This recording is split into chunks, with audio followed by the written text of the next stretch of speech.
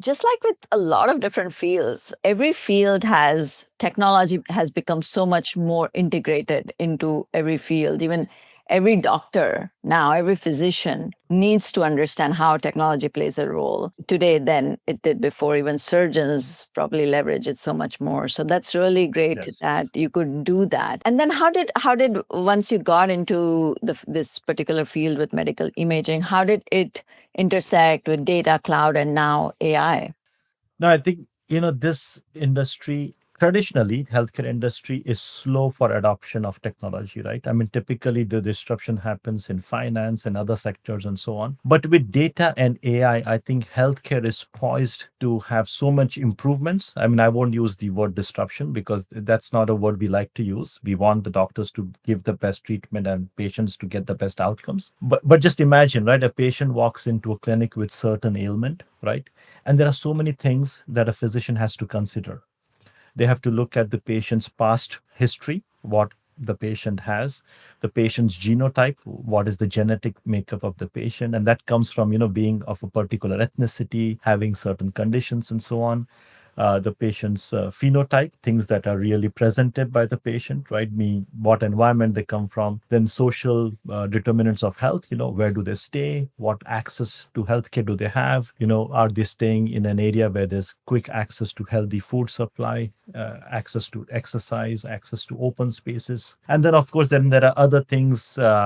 Like what symptoms the patient is manifesting. So if you look at the data parameters that a physician takes into account, and they know all of this just from experience, that they look at all these parameters, and then they combine and say, patient, you do these tests, you look at your lab tests, your genome tests, and so on. And the physician is doing so much intuitive calculation of combining all these factors and then saying, I think you should go for this treatment, or I think you should go for this treatment.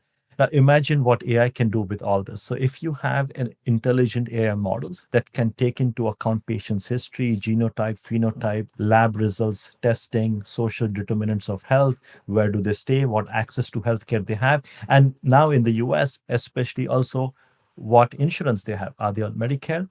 Do they have private insurance? What access to care can they get as a result of what insurance they have? Putting all this together and then determining which treatment can lead to the best outcome for this one patient.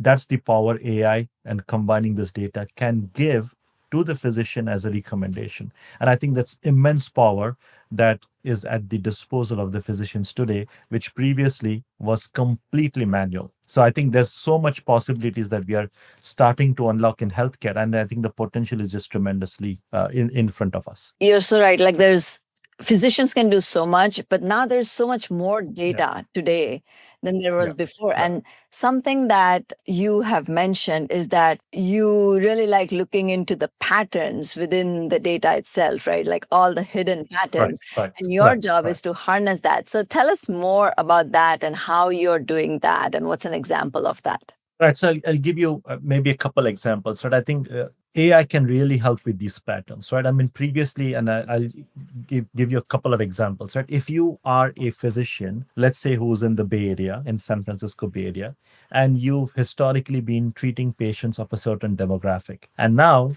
as you know, this area is ripe for immigration. Now you start getting a lot of patients who are of a different genotype, of a different ethnicity, and the symptoms of the same disease may present themselves differently. But this one physician may not have had that experience in the past, right? So the pattern recognition that this physician is used to is based on different data sets. They have been trained on a different set of patients and so on. Now, of course, the clinical literature takes all these things into account. But with AI, this information is just more readily available. That this kind of patient with their history, with their genotype can present in a certain way. And then the outcomes or the kind of treatments that these patients respond to can be different, right? The other example I can give you here is what we call, how do we elevate patient engagement with AI? So, for example, when patients are on treatment in cancer care, right, in oncology, patients also have preferences because depending on what the age of the patient is, what is their tolerance and threshold to pain, what kind of side effects they are willing to live with, what is the compromise in the quality of life they're willing to have. Their risk profile will be different. Their tolerance for risk will be different. and accounting for these patient preferences, not only in the beginning before you start treatment, but while they're on treatment, like in radiation therapy or in chemotherapy, right? Chemotherapy meaning drugs are delivered to the patient using infusion, right?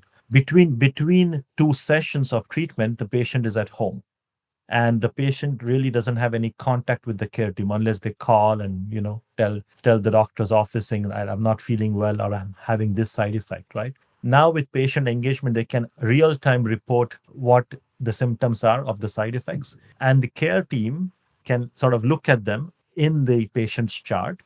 But more importantly, with AI, we can already flag these to the care team saying this symptom is a normal symptom. We can even tell the patient saying this is expected, so don't worry, or this is something that's looking a little bit out of tolerance. So not only wait for the care team to call you, just pick up the phone and call them right away. And on this other side, we can alert the care team saying this patient's symptoms are out of tolerance and we need to address it right away. Call the patient in first thing tomorrow morning